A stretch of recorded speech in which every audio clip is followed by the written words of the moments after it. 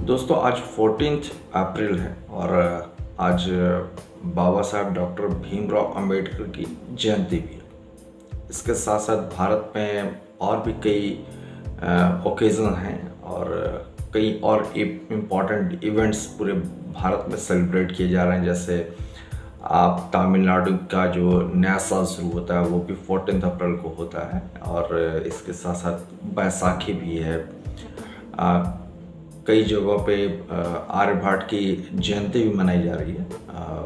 तो कई चीज़ें आज 14 अप्रैल को पूरे देश में हो रही है। लेकिन इसमें आज बात करेंगे बाबा साहब डॉक्टर भीमराव अंबेडकर की जयंती, और वो भी इसलिए ज़रूरी हो जाता है क्योंकि जब बात इनकी आती है तो उसको लेके जो मीडिया की प्रतिक्रिया है वो काफ़ी अलग हो जाती है।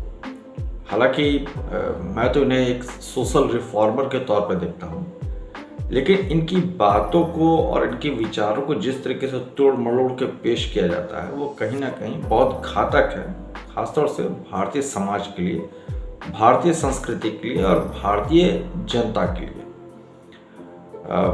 और इसमें मीडिया का रोल तो काफ़ी अहम हो जाता है क्योंकि मैं पिछले कई सालों से, या यूँ कह लें कि बचपन से मैंने बीबीसी को फॉलो किया है। और जब बात बीबीसी की आती है तो जब मैं उसके कुछ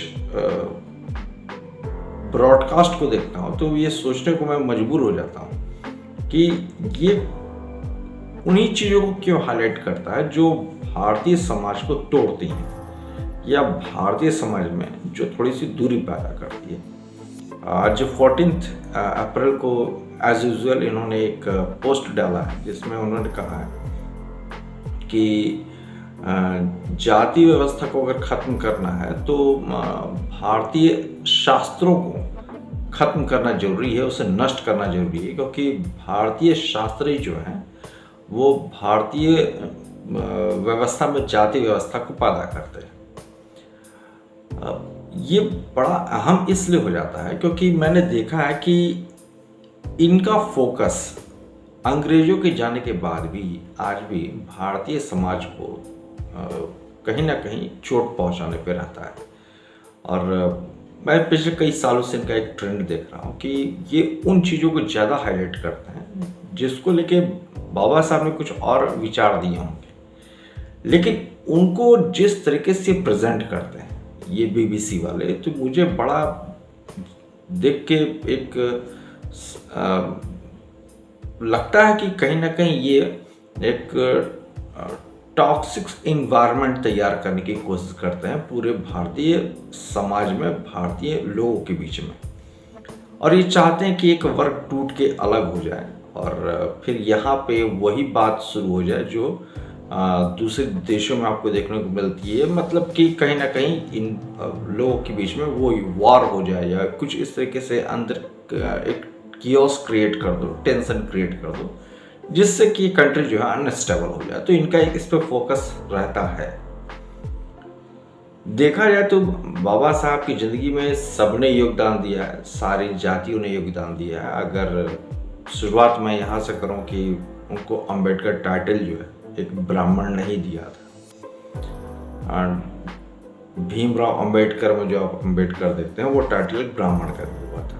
उन्होंने उसी ब्राह्मण ने उनको बचपन से पढ़ाया और काबिल बनाया। उसके बाद जब वो आगे बढ़ते हैं तो उन्हें जब विदेश जाना होता है तो फिर एक सवर्ण जो है उनकी मदद करता है, मतलब जनरल क्लास के ही लोग थे जिन्होंने उनकी मदद की।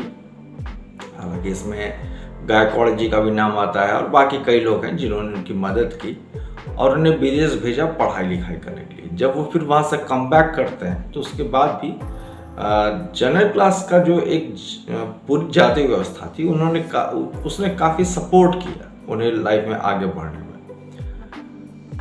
ये तो पूरी जो एक मुझे एक दिखता है कि कहीं ना कहीं जो एक बार बार ये दिखाने की कोशिश की जाती है कि ऊपरी जाति वालों ने नीची जाति वालों को डोमिनेट किया, एक्सप्लॉइट किया है, वो ऐसा नहीं था। अगर होता तो शायद किसी ब्राह्मण ने उनको नहीं पढ़ाया होता या फिर उन्हें विदेश जाने तक का खर्चा नहीं दिया होता। तो ये सोचने वाली बात है कि क्यों इस तरीके से चीज़ों को प्रेजेंट किया जाता है। अब जिस समुदाय से वो बिलोंग करते हैं, अगर मैं उसकी बात करूं तो मद्रास प्रेसिडेंसी ने जब एक बार सर्वे कराया था, तो उनके सर्वे का जो नतीजा था, अगर मैं उसके नतीजों की बात करूं तो उन्होंने कहा था कि भारत में लगभग 12,000 के करीब आप गुरुकुल हैं, और इन 12,000 के करीब गुरुकुल हैं, और लगभग 650-700 के लमसम जो है वो हायर एजुकेशन के वो सारे के सारे इंस्टीट्यूशंस मौजूद हैं।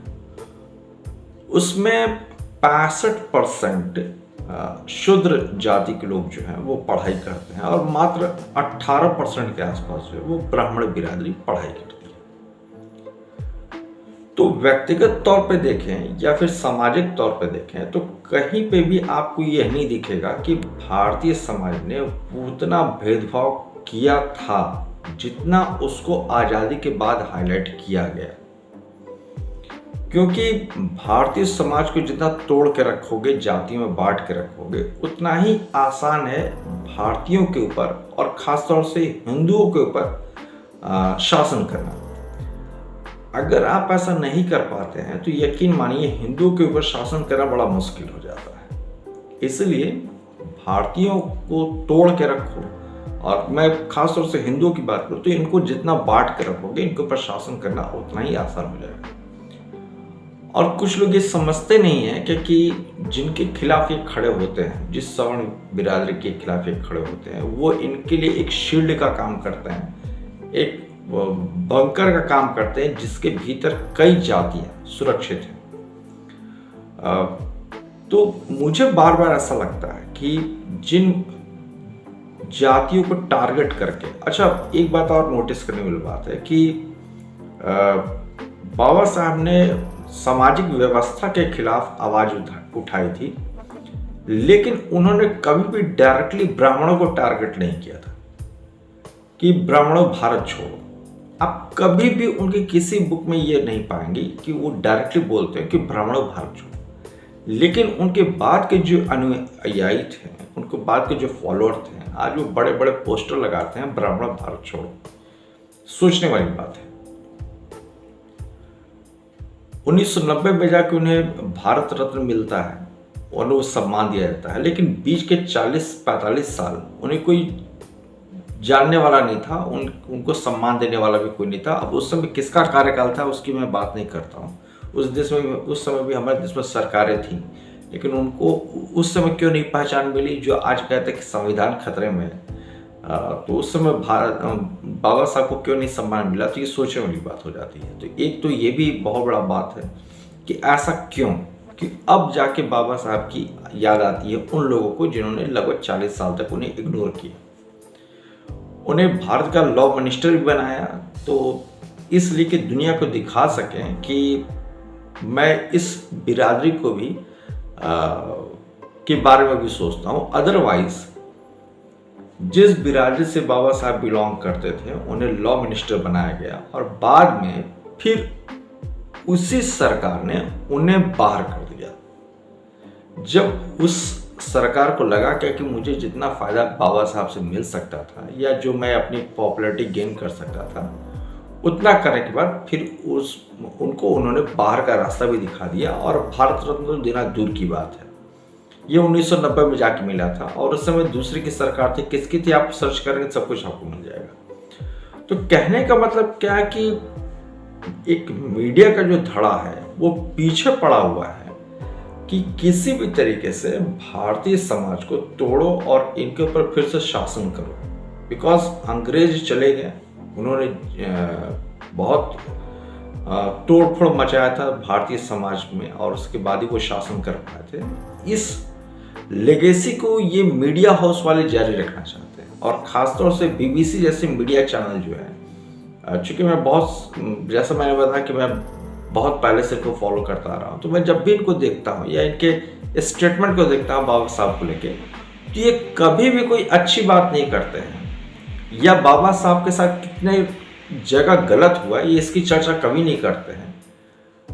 इनका एक ही टारगेट रहता है कि ऐसा स्टेटमेंट, ऐसा पोस्ट डालो जिससे भारतीय और खासतौर से हिंदू समाज में जाति व्यवस्था के नाम पे फिर विभाजन हो और भारतीय हिंदू समाज टूटे, जिसके कारण फिर वहां पे एक अनस्टेबिलिटी है और जो भारत का जो विकास का रफ्तार है या भारत का जो ग्रोथ की रेट है उसको रोका जा सके, भारतीयों को कंट्रोल किया जा सके। अदरवाइज फिर भारतीयों से जितना बड़ा मुश्किल हो जाएगा और खासतौर से हिंदुओं से जितना बड़ा मुश्किल हो जाएगा।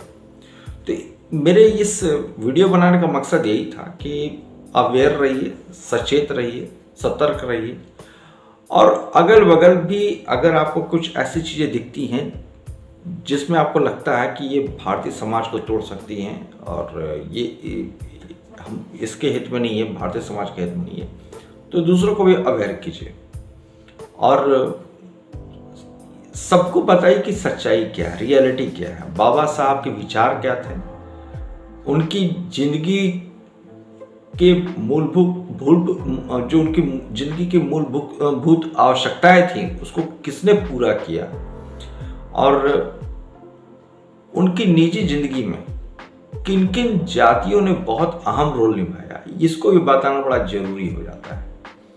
और मुझे देख के तो बड़ा ताजुब होता है जब लोग कहते हैं क्या कि बाबा साहब बौद्ध धर्म को फॉलो करते थे। सही बात है, लेकिन ये भी उतना बड़ा सच है कि उन्होंने अंतिम के सिर्फ 1.25 महीने ही बौद्ध धर्म को फॉलो किया था।